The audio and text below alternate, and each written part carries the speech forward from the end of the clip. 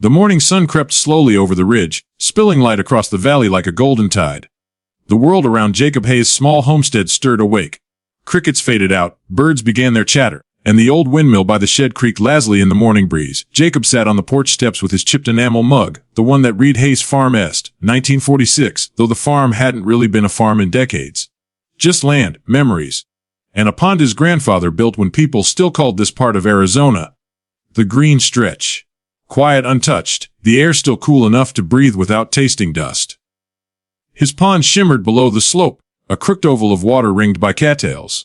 Ducks glided across the surface, their ripples catching sunlight like tiny mirrors. That pond had kept this land alive through droughts, wildfires, and progress. It was his one piece of certainty, his reminder that some things could still hold water in a world that always wanted to drain you dry. Then came the sound, a metallic clack. The hollow sound of the mailbox door slapping shut. Jacob squinted down the drive to see a little white electric cart rolling away, the kind the HOA patrol used to deliver fines and warnings. He sighed. Nothing good ever arrived in a white envelope.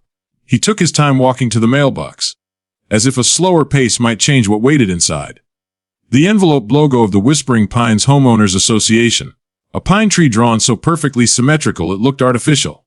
His name sat beneath it in block letters, Mr. Jacob A. Hayes, Lot 27B. He tore it open right there in the gravel. Notice of violation: unauthorized retention of natural resources. You are in violation of Article 6, Section 3A of the Whispering Pines Environmental Code. You are hereby fined $50 for the illegal hoarding of water resources detrimental to community irrigation and ecosystem balance. He read it twice. Then a third time, slower, letting each absurd word burn its mark. Fording water. They said it like he was stockpiling diamonds in the basement. A small paragraph at the bottom added insult to lunacy. Failure to remit payment or dismantle the unauthorized water retaining structure within 30 days will result in escalating fines and potential property lien. Jacob stared out at his pond. The ducks didn't look like they were part of any environmental crime. The cattails swayed in the wind, unaware they were co-conspirators in hoarding. He let out a low laugh, half disbelief, half fury. 50,000, he muttered, shaking his head. For keeping a pond my granddad dug by hand. His dog Scout, a scruffy blue heeler with one good ear, looked up from the porch and wagged her tail uncertainly, sensing something off. Jacob gave her a slow scratch behind the ear. Guess they want us to share the water, huh, girl? Maybe send some to Mrs. Pennington's hydrangeas. By the time the sun hit its full height, he was already in his truck, letter on the dashboard, dust kicking up behind him as he drove the winding road toward the HOA office. Whispering Pines had once been catter country. Now it was manicured lawns, golf carts, and people who thought native vegetation meant imported palm trees. The HOA building sat like a pale concrete bunker in the middle of uniform perfection. Rows of pastel houses, all beige, all blessed with sprinklers that hissed through the drought warnings like defiant whispers. Inside, the air smelled of artificial pine. A young receptionist with bright pink nails and a fixed smile greeted him. Good morning, Mr. Hayes. How can we help you today? He laid the crumpled notice on the counter. You can explain why I just got fined 50 grand for having a pond. Her smile didn't falter. Years of HOA conditioning. She typed something on her computer. Let's see, property lot 27B. Yes. You're retaining a substantial amount of natural water that, according to the recent environmental audit, disrupts the downstream flow feeding the communal greenbelt and Gulf irrigation systems. Jacob blinked.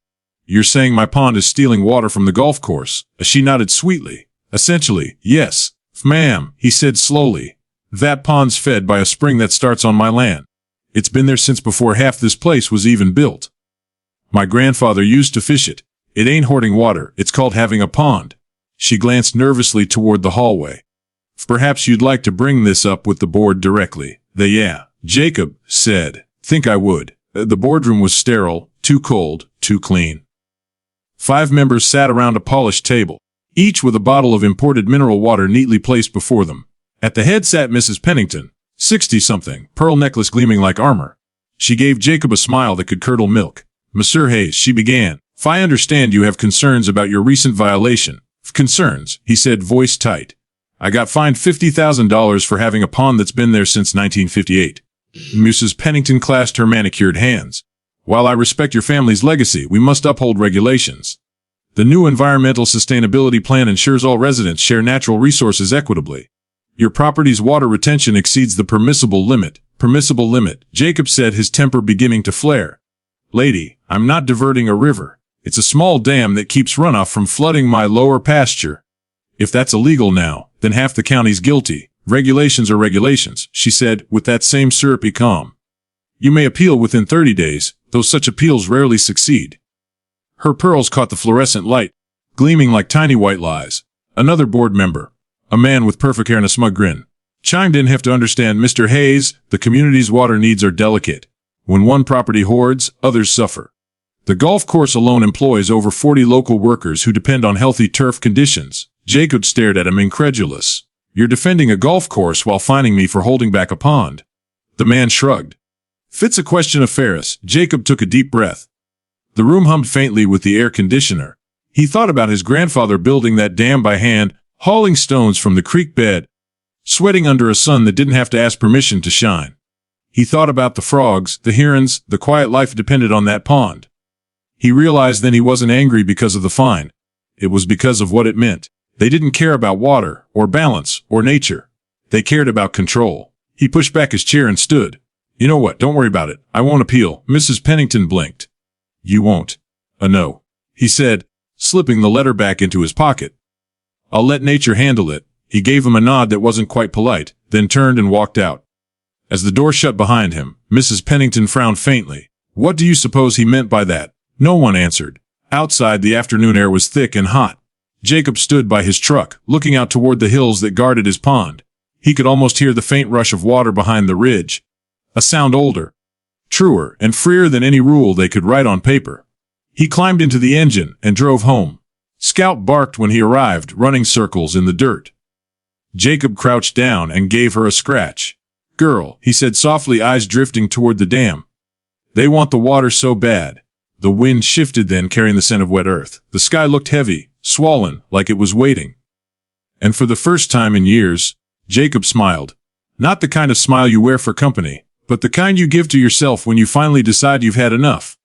He poured himself another cup of coffee and watched the sun dip low, its reflection rippling across the pond like liquid gold. Tomorrow, he thought, would be an interesting day. Night had a different kind of silence in the valley, one that hummed with secrets instead of peace. The moon hung low and swollen, painting the landscape in silver and shadow. A thin mist curled off the pond, and the air smelled of damp earth and something waiting to happen. Jacob Hayes stood at the edge of the dam, a flashlight in his pocket, a wrench in his calloused hand. He'd been thinking about this for days. Ever since that meeting with the HOA. He'd run through every option: appeal, lawyer, protest. But every path led to the conclusion they'd win. They always did. The HOA wasn't about reason or fairness, it was about control dressed up as community. They wanted his land to fit their rules, his pond to serve their lawns, his patience to serve their power. And now, standing there in the ghostly light, Jacob realized he had no patience left to give. The frogs were already awake, croaking in the reeds as though they knew what was coming. Scout sat a few feet behind him, watching in silence, tail low. Here's the porch, girl, Jacob said quietly.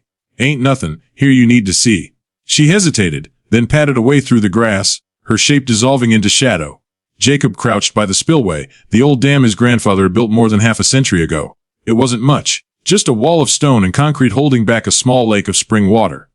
But to him, it was history, legacy, the last thing on this land that still felt like it belonged. He ran his hand along the rough surface, feeling the cold dampness seep into his palm. The wrench clanked against the first bolt. He hesitated. He could almost hear his grandfather's voice in the wind. Gruff, steady, practical. Jacob exhaled, long and slow. Wish I could fix this, he murmured. He turned the wrench. The bolt screamed in protest but loosened. Water began to hiss through a thin crack, glimmering in the moonlight. He moved to the next one. His movements grew faster, more certain.